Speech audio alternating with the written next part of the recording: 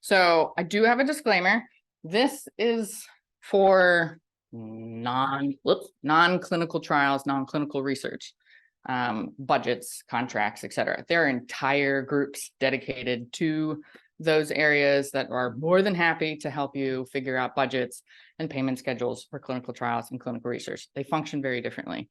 But the basis of it more would be on the sponsored research side, but I'm happy to answer as many questions as I can or try and get you guys to the right groups if you do have those questions.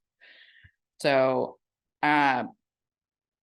very recently, our office has changed their name. So in most universities, you hear the acronym CFR. So that's like corporate and foundation relations.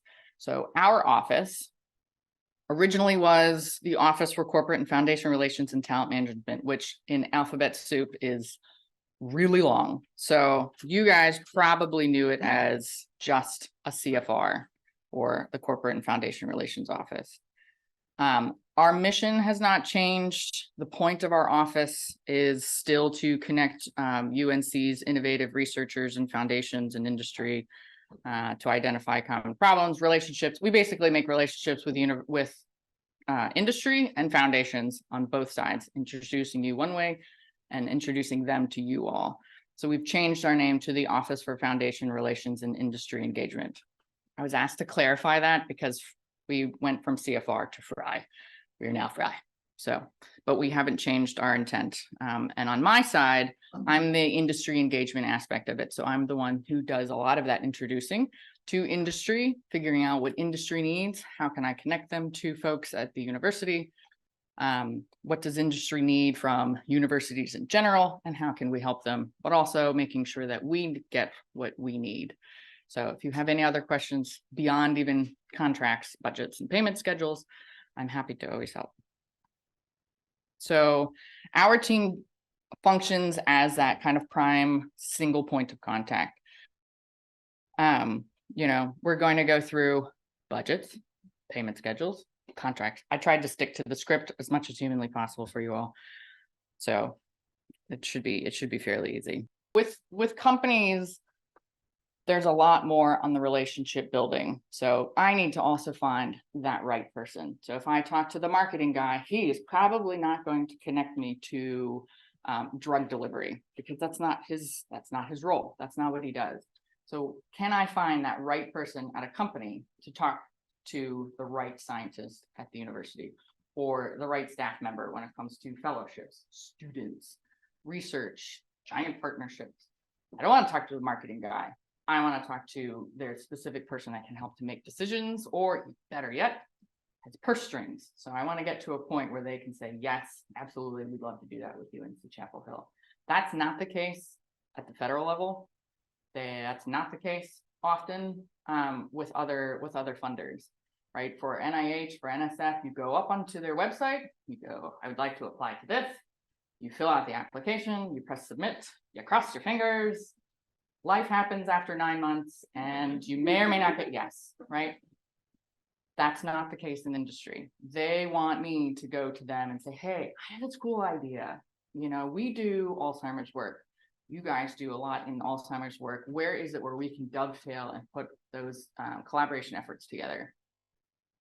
Or a company comes in and says, I'm really looking for, really interested in drug delivery and nanoparticles. Do you have anybody? Yes, we do. His name is Sasha. He works in the School of Pharmacy. Maybe I can shove you guys into a room, make some magic happen, because sometimes when you're just having those conversations, very cool stuff organically comes up. Companies are also really interested in the return on investment. They're a for-profit company for a reason.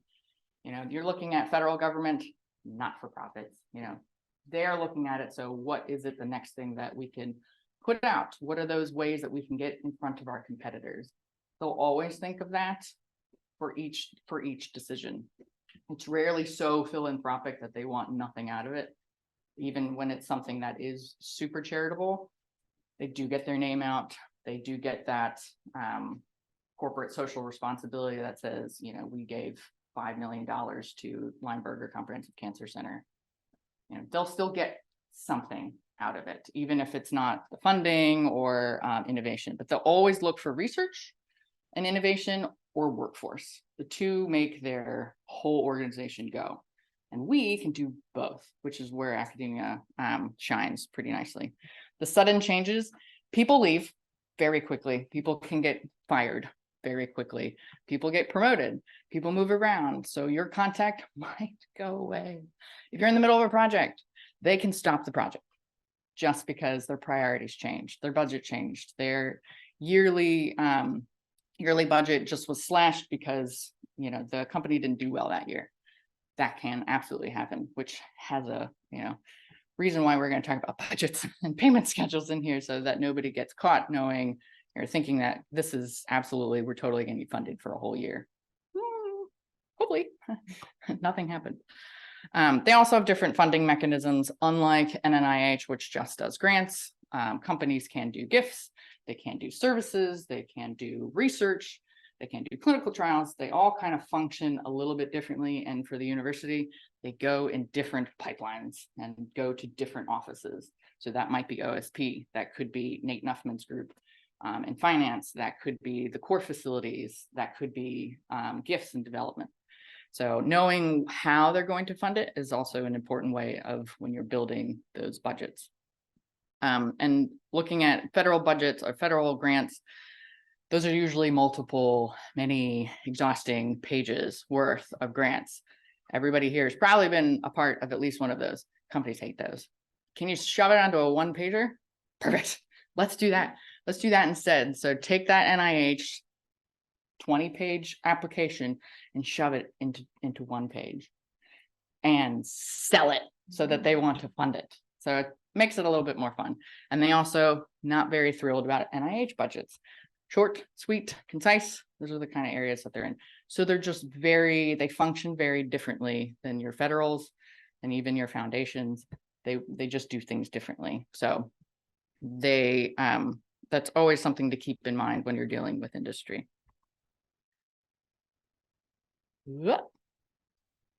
I will get it without my copy. Okay, so for the budget. So again, consider those funding mechanisms, right? Gifts, services, research. They're going to do different things. They're going to need different F&A, fun.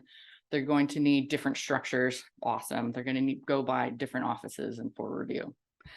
That's just the way that they function. So let's say though that they're going to do research, right? So this is going to go through Kim Austin's area, right? Industry contracting. That's where the sweet spot is. It goes through the whole of OSP, but then it goes into where Kim is. So consider that funding mechanism for research. Okay, let's keep this thing in mind.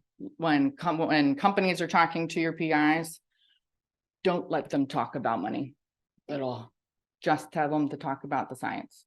Say, have at it. When the company asks, hey, how much is it going to cost? The best thing to tell that company, and if you leave here with one sentence, this is it. I don't know. Let me go check. Because the last thing that they're going to hinge on is whatever number you just provided. So if anybody's ever bought something, let's say I bought an HVAC. Don't buy one of those, it's really expensive. I bought an HVAC not that long ago, but if somebody had come in selling us an HVAC and said, man, I could totally get you one of these for 10 grand. And you're like, oh, sweet. Even though that sounds like a lot of money, like, great, the grand scheme of things. And then he comes back and he goes,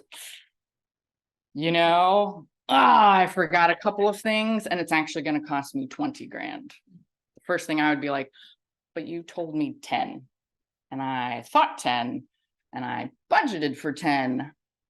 I want to get it for 10. How can I get it for 10? Companies will do something very similar. So if you come back and say, man, this thing's going to cost 50 grand, it'll be great. They're great. They go to their people and they bookmark 50 grand. And you come back and say, I forgot F&A. It's like 55.5% for all those who don't know in research.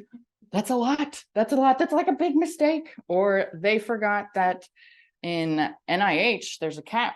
Guess what? In industry, there's no PI salary caps. So that PI that made $193,000 when it was the NIH cap now makes $300,000 in your budget. That's a big change. And I guarantee you OSP will reject it if they come back and you have an NIH cap in your budget. I've had that happen a couple of times. And they come back and they say, this is industry. You have to take that cap off. That significantly changed your budget.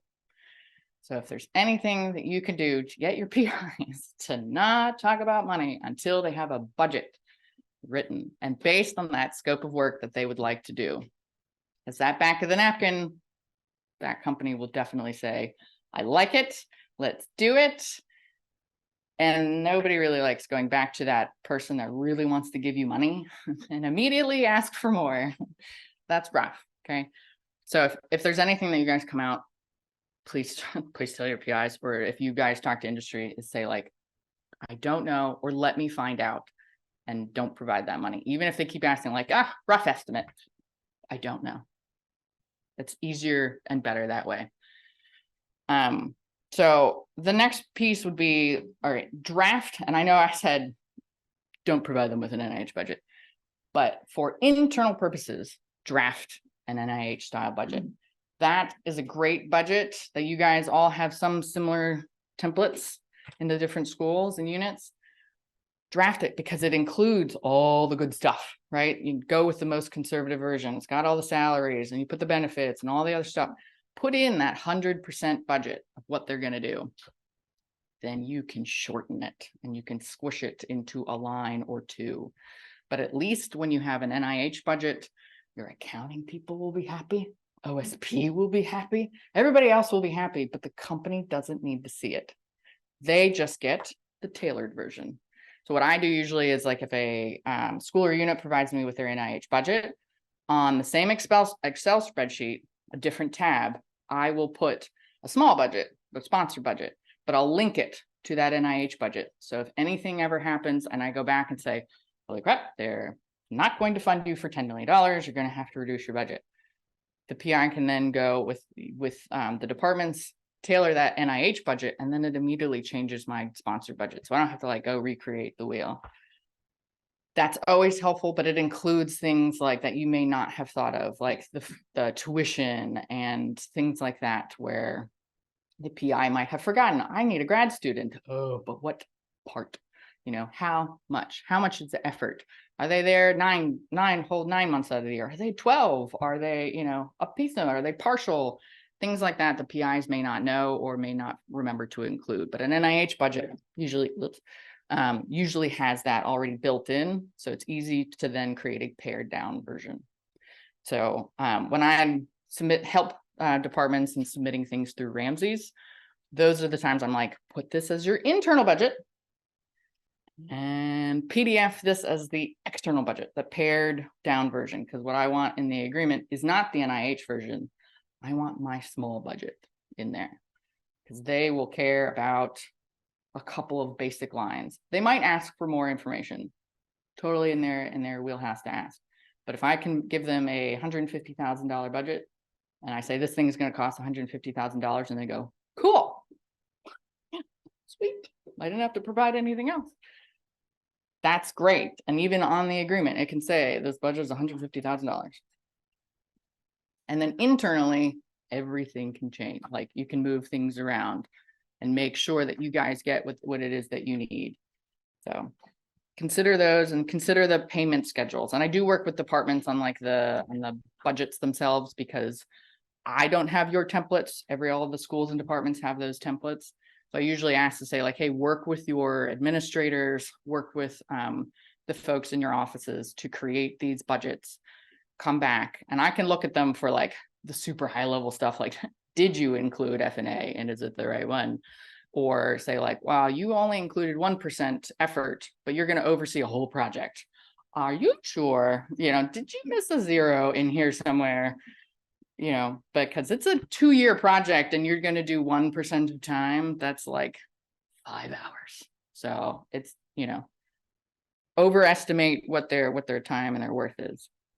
But consider those payment schedules too, because if a company would approve $150,000, maybe they'll also approve a one-time payment. Cool, that works. And then you just spend down. But if they, you know, they have a lot of deliverables or they're looking at like, you know, I have milestones I need to hit, maybe consider like, I definitely need all of my money, upfront. That's how I ended it. So that's where the budget then leads into your payment schedules. So think about those milestones and deliverables. The PI might be the one that is the one that says, okay, I finished this. I'm going to tell the company I finished this, and then OSP is going to invoice for them. That totally works.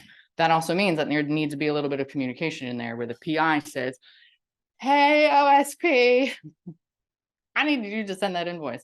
I've had PIs invoice the company themselves. What? You took time out of your day to draft an invoice? Good for you.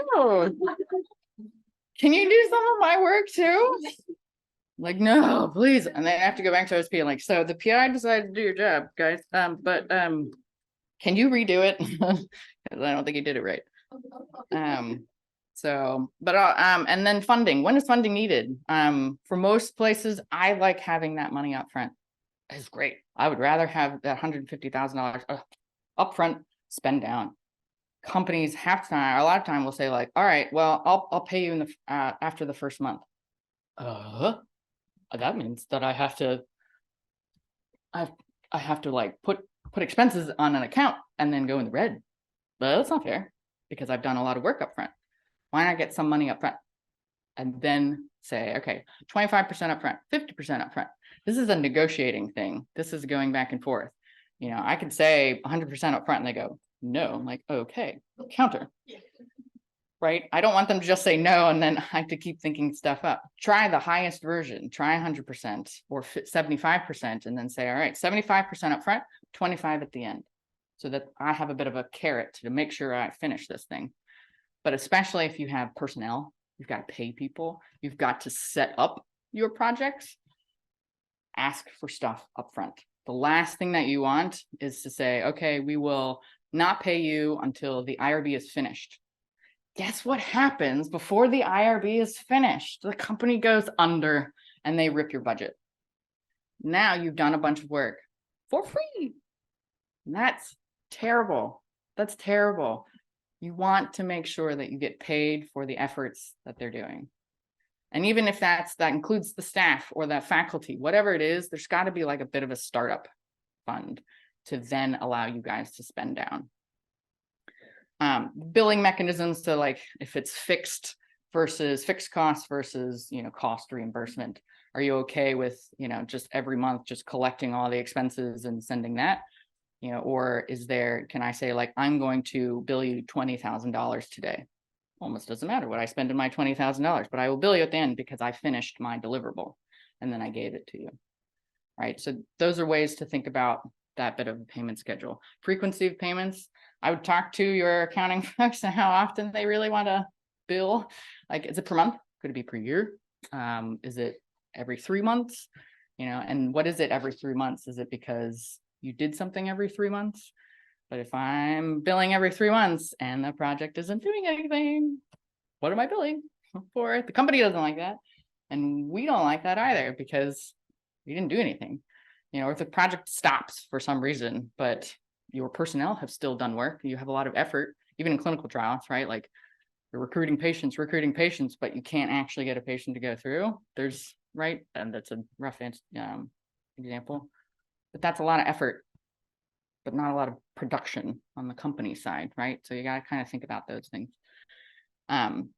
There is a difference between the study and the agreement duration. So your study, let's say, is a year. I want to start today. I want to end in a year. But you have to invoice at the end of the year. Oh, crap, but your accounts at the end close at the end of the year. So how do I invoice for something where my account just ended? My account just closed. And I have to wait because it's 45 days until once they get the invoice to actually pay it. Then it's time to actually pay the invoice and get it processed and put through. But my accounts are closed. What do I do? The agreement can be lengthier than the actual study. And I would rather that, let's say, for a 1-year study, give me 18 months. Because maybe that start date for the execution, I can't start my study. I can't start my study for another month. Something happened. The personnel's not in here. Something else might happen. So give it a little bit of, runway on the tail and on the front end to say like, here's the oopses. This is where I might get caught. Or, what happens if you might need that no cost extension at the end? Nobody likes to start a project immediately day one and go, I'm going to need a no cost extension. What? How badly did you plan this thing if you already need a no cost extension on day one of your study? Think about those kind of things ahead of time. So if a PI says, I have a 3-month study. No, you don't. Nope, don't, because almost immediately, as soon as you put in a really short amount of time, OSP will probably send you emails to say like, hey guys, this is going to close in a month. Like, well, I just, okay. So make it a little bit longer. The agreement can stay open and stay active. The study, within reason, obviously, nobody likes to keep agreements open for like 3 years if your study's done in like 2 months. But so those are things to consider. And then contingency plans. I had mentioned this before. Company goes under. The budget gets slashed. The guy leaves. You have no more champion at the company. And the next guy's like, I don't know what this is for. So what happens if you are in the middle of your study and the company goes, bye, and then they just walk out? Have you gotten your people paid? Did you buy supplies and stuff like that? And that's where that startup comes back in, to say like, oh, okay, I will buy the vast majority of my supplies up front, or I will get this, because they're not going to take the money back. You've already spent it. You, at this point, presumably invoiced them for it. So if they slash that and they terminate the agreement, everybody just walks away. But what I don't want is for you guys to go, we didn't get paid for anything. Like we have nothing. Our personnel have been working on this for 2 years and it got slashed and we hired people. That's the worst part, is when you hire people on one of these things specifically for these studies and they cut the study. That's the worst part. So contingency plans, like what happens if this definitely doesn't work? So more things to think about. And this is very much so in like Kim's area and others in the legal departments around the campus. I don't actually negotiate agreements, but I see them. I'm the first person who usually sees them. The company sends them to me and says, what do you think? This is going to be fun, and I'll warn Kim or I'll warn the other in legal and be like, wow, okay, so we read through this and these are ugly. I'm not a JD, but even I know that the state of Indiana doesn't bode well. Like that's going to be an area where you might actually have to negotiate.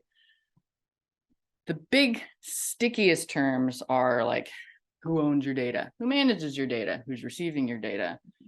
Your intellectual property. They're going to go back and forth about background IP. They're going to go over about who owns your current IP. What if we have joint IP? Things like that, that for the PIs, it's good for them to think about ahead of time. Also the deliverables as well, is, what do I actually have to give them and what are they giving me in return? Confidentiality can always be a fun one too, because companies like to keep as many things as humanly possible confidential until they make lots and tons of money and they're ready to put it out. We need to publish. So, we need to be able to continue to publish, but they can remove the confidential information. Companies love know-how. Did you know that lots of companies like to own our know-how? That's exciting. To own your brain. No. If I went to, Kim's laughing at me, but if I went to like Jackie Quay, this in OTC, it doesn't end well when it's like, I need to know to own your know-how. Okay, I own that. Well, what do I do? Right. So it depends on what they write in there. Indemnification and warranties, you can ask Kim. Those are fun ones, but those are kind of the biggest issues, right? So if somebody sends me a contract, I can look through it and be like, look, I will tell you that these will be areas that will be like heavily redlined, where these will be considered, or I can send it to Kim and be like, yay, look what's coming down your pipeline. Any advice? Because I want to set expectations for those companies as well as for our side as well. So say like, well, maybe it would be easier if we started with ours.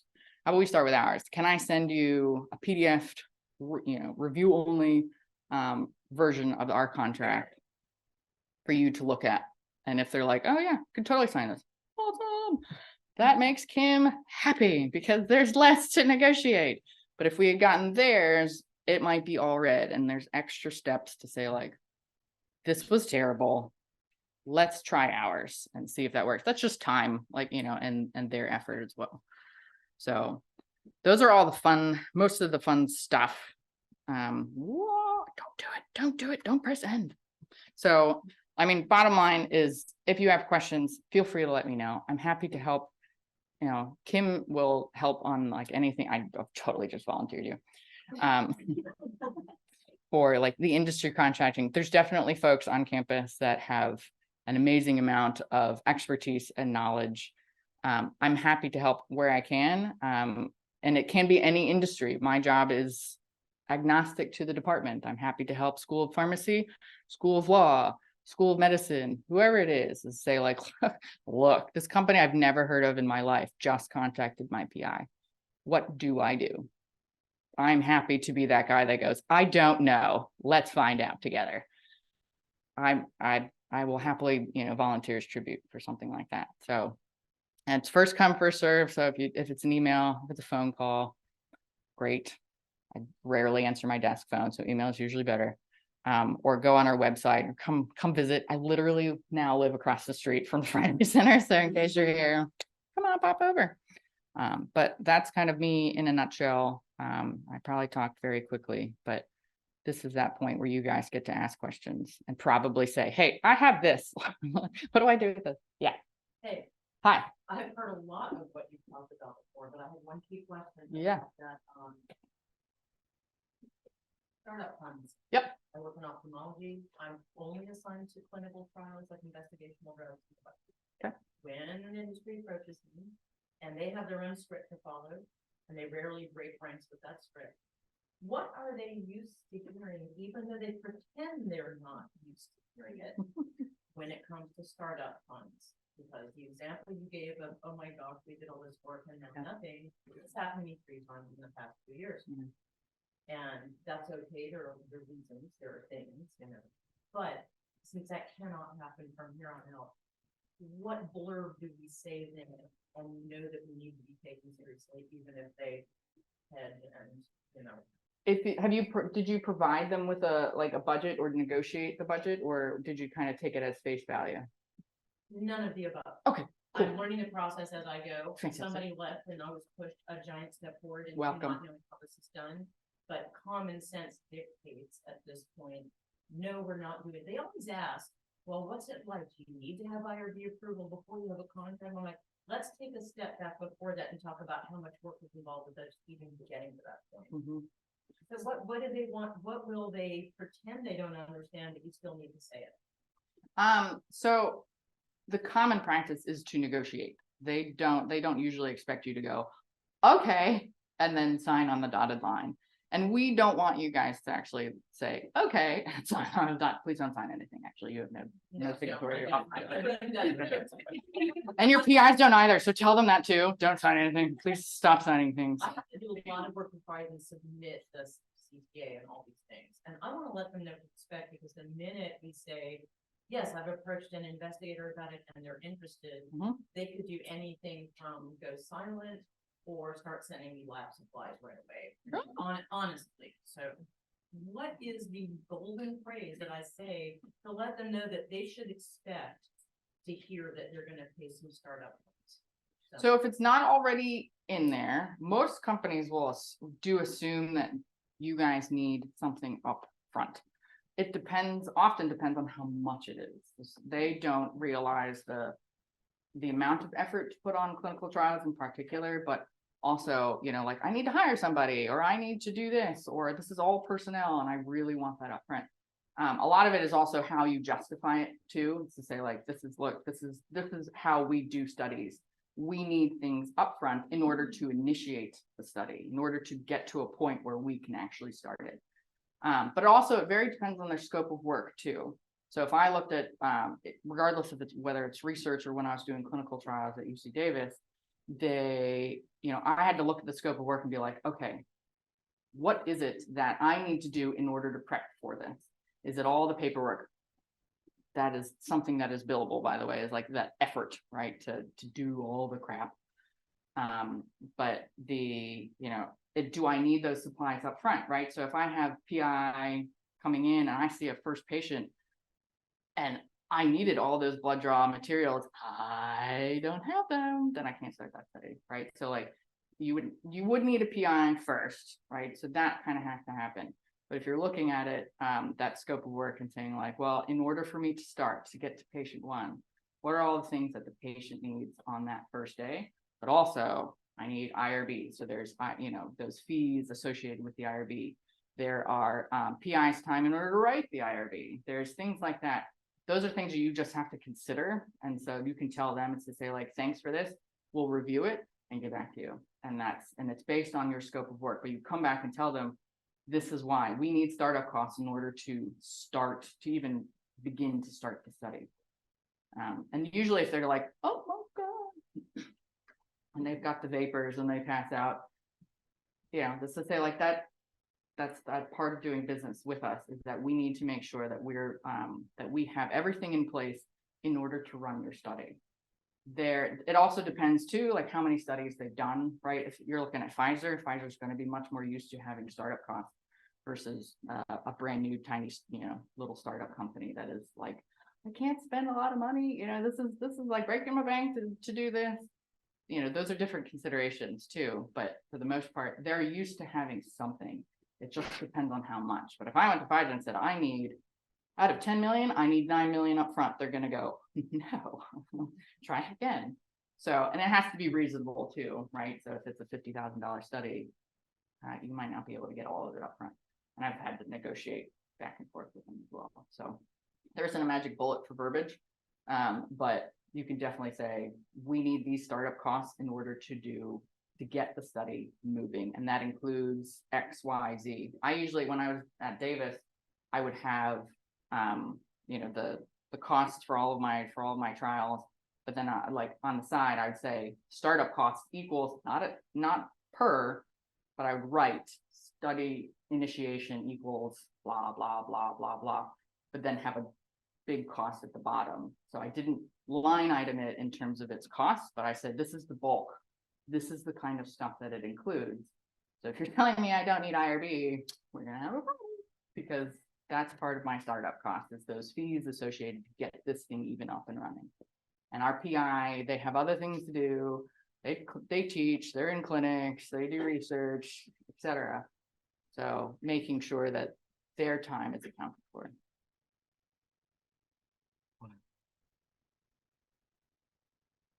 Do you have any onliners? No. Oh, no. Yeah. If a company comes to you and says like, I need somebody who works with widgets, like, how do you know who on campus is working with widgets? I'm big friends with Google, like huge friends, literally and figuratively. I have worked with Google, but actually I just use their platform. Google's a friend, but it's very fallible because it depends on what's on websites and what I can find and stuff. But I also talk to associate deans for research or associate chairs for research to say like, look, you guys know within your own departments where I can go for this. If it's something like super broad, like polymers, oh, for pity's sake, I have to dig into like what A, polymers are, and B, like who does what. But it behooves me to talk to the company and say, widgets to do what? And so to get more information so I can dig, because there might be 80,000 people that do things on widgets. They're not going to want to talk to 80,000 people. They want just one, maybe two, to talk to and to get more information. So I need to ask a little bit more to say like, widgets to do what, or in what disease? Are these in, for our, research kind of area, clinical research areas? What disease is it in? Is it in peds? Is it in adults? Those are the kinds of questions I have to dig for, because a pediatric doctor is very different from our geriatric doctors, which are very different, than the average adult doctors kind of thing. So I have to ask a lot more questions, and then I can go to certain people within departments or office for research development and say, hey, Nathan, I know you're super busy, but company is interested in this, because he's heard different things. Like I'll get his opinion And others to say like, look, I know you're in those departments. I've gotten a couple of examples here. Anyone else that I'm forgetting, it's to tell them what it is. But again, Nathan Bluen and ORD is going to tell me like, widgets is a lot. That's kind of big. That would be like, who does protein? Everybody. Do you want to interview the whole university? Okay. But it depends, right? So, and the PIs appreciate that because a lot of times companies will just do the shotgun approach and like email all of them, you know, a lot of them, and just say, I'm company X and I'm looking for this, this, and this. And they don't provide enough information. Your PIs go, hey, did you? And then they never respond back to them. But a lot of times it's just because there's not enough information, or, you know, maybe they're really interested in lupus, but they went to the wrong person and that person just went delete. But really Sarah, you know, Cheek is the better person to them to talk to. So if I can get it, ask more questions, get a little bit more information, or again, send them to me and say, here you go. Because there are people, especially in the clinical world, that we can get to help, like Ashwini. If there are companies asking for anything clinical, I can say, hey, look, they're asking for clinical research. Can you help connect them to the faculty? You know, and that's a little bit less of that knowledge that I have to keep, but I know enough to say like, hey, I'm happy to help you, but she knows more than I do, or she can get you to the places that you need to, you know, and I'm happy to help in any way. But if that helps to answer your question, cool. Can you believe I've only had half my coffee? All right. Nothing else? All right. Yeah. With the budgets for industry, are there items, and then understanding that they're like summary budgets, but you're not gonna have the same details in the budgets. Are there items that they tend to like really scrutinize more than any others? If they were given a full budget, Yeah, you mean? Yeah, so they'll scrutinize everything. okay. I've had people give them NIH budgets before, and they looked at each and every one and said, man, that PI makes a lot of money. Can we? No, you cannot reduce his or her salary.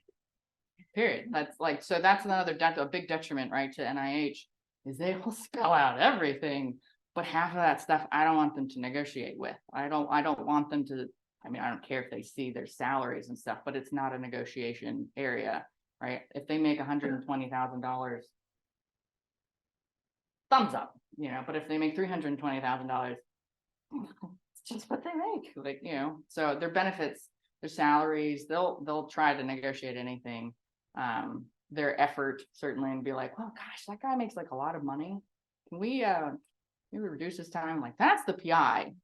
No, like that's your expertise. Like the graduate students and postdocs might be the folks that are, you know, doing the work, but that guy really needs to be there and be present, because he is also the fall boy, right? For anything that goes on, his name is on all that paperwork, so he has to be there and be present for it. But they hate F&A. Sorry, they just do. All of them. Nobody enjoys paying for it. There's a subset of companies that will pay for it and be okay with it. There's some that will try to negotiate it anyway. It's federally negotiated. You don't have a way to negotiate it. There technically is a waiver. Don't tell PIs that. Don't tell PIs that there is a waiver for F&A, because the OSP won't approve for it. It's a for-profit company, but it's online, so you can find it, but that's not the point. Is for us to subsidize for-profit research, right? They're the ones that should be paying it. We're actually really cheap. F&A, we're really cheap compared to other universities. I see a lot of nodding heads. Do you know who doesn't know that? I was like, do you not work with Stanford at all? Like, or MIT and Harvard? And they're like, but then you get Harvard and MIT. I'm like, I know, crazy, right? But they're like 100%. They're like in the 80s and 90%. We're 55. Like, comparatively, we're very small. So, you know, there's always that comparison that we can use those schools in that way. But they'll negotiate anything. I've had them say like, the cost of that product is too high for our clients. Okay, I don't know what your clients are paying, because I'm not paying it.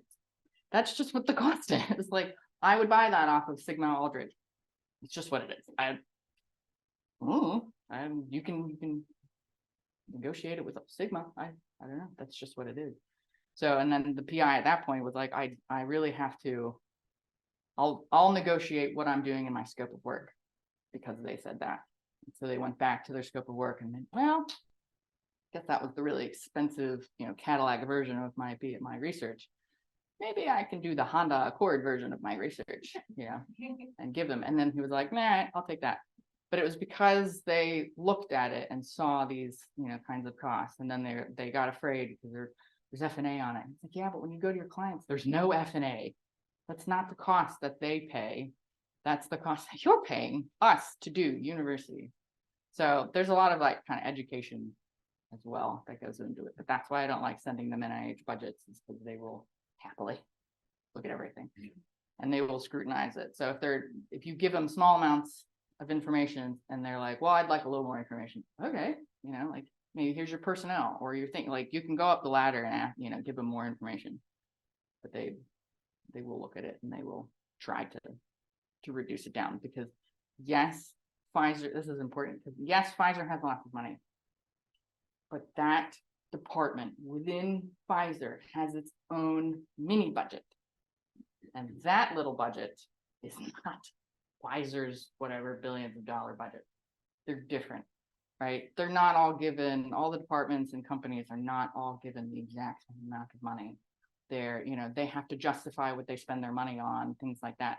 So yes, companies as a whole have money, but each department within their company does not have that kind of an amount. So when we go in with the perception of they are made of money, I'm like, the company is made of money, but that's not the CEO that you're talking about and like his corporate strategy. You're talking to the vaccine folks that this might be a lower priority for them and it may not get funded, or it may not, maybe they say I can pay $150,000 out of your $800,000 budget. Maybe that's what they have to work with. But I do have fight that perception of like industry equals tons of funding. Not always. Depends. Sometimes they are. Yeah. So I work in pre-award and I mostly get involved in these at like the routing days. Yep. So what happens where sometimes when it gets to me, it's like the PI and this company have had a conversation and they're just at the very beginning. Sometimes the PI has told them how much money he can do it for. By the time it gets to me, sometimes there's already been conversations with OIC and there's like a really developed draft contract. And I don't know why. And what is like the best process when I, if I come in at any of those, especially those like first ones, who do we reach out to? Because I think the PI is just like, they want me to have a contract now, we have to route it now, we have to get the money now.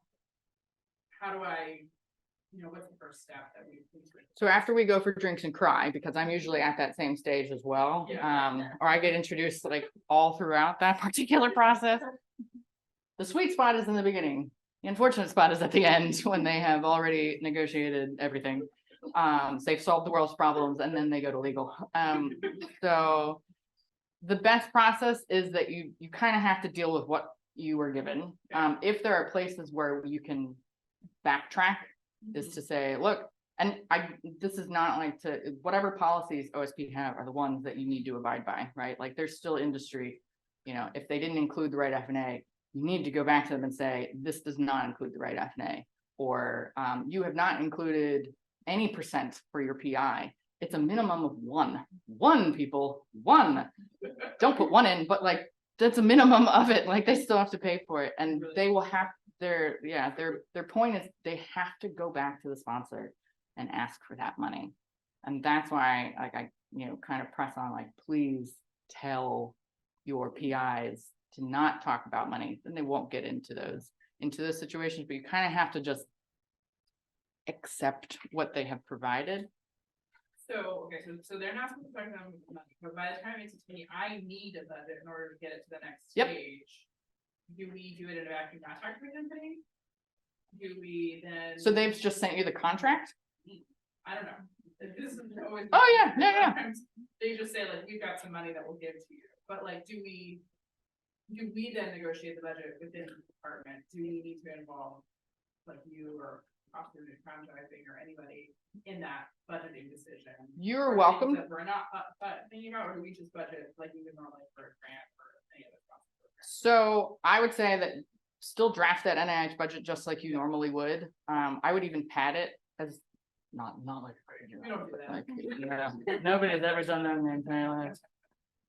But it's not a bad thing to do that because it also gives you wiggle room for negotiations, right? Like you would still like, let's say it's 110% budget you provide to them and they're like, ugh, well, you could still get to 100%, right? Because you padded it a little bit.